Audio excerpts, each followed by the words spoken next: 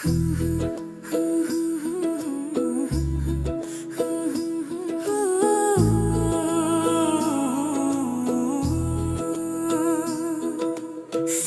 के खेतवा में चलता बैरिया, मनवा झूमत बा सजनिया। तोहरे आचरा के खुशबूड़े, दिलवा में बसल बा प्रीत के लहरिया।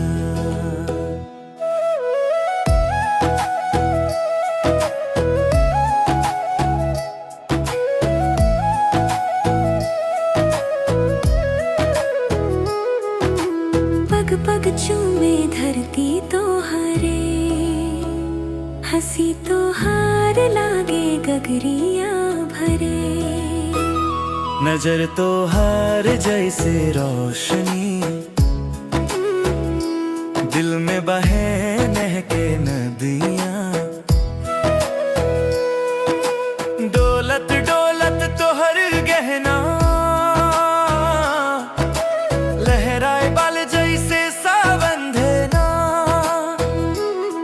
पगडंडी पर छवि तोहरे जैसे,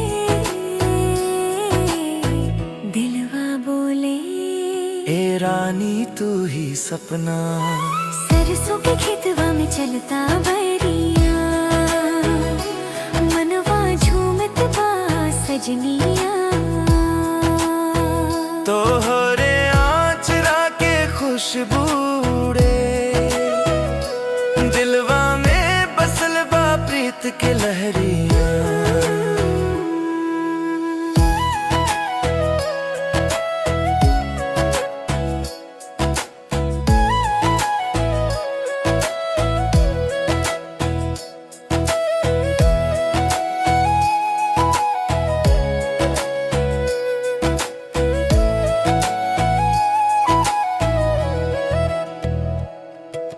चांद अचरा में लोकल रहेला, तोहरे अखियन से जग चमकेला।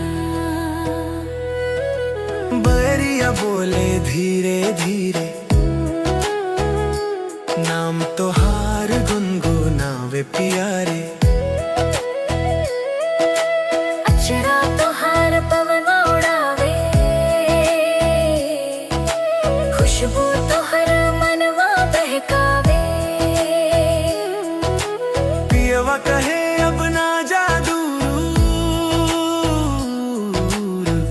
एहनेह के डोरिया बन्हावे आ। सरसों के खेतवा में चलता बैरिया, मनवा झूमत बा सजनिया। तोहरे आचरा के खुशबूड़े, दिलवा में बसल बा प्रीत के लहरिया।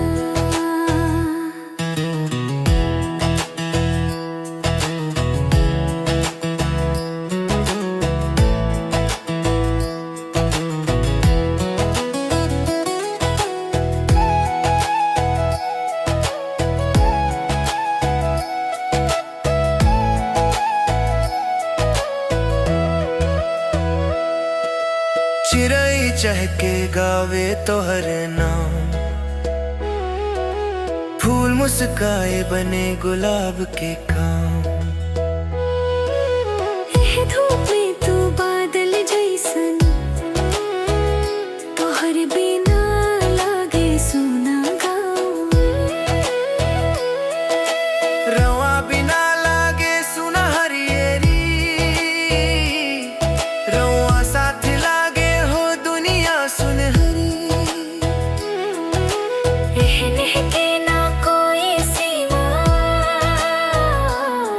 रवाही मोर सांस मोर प्रेम कहानियाँ।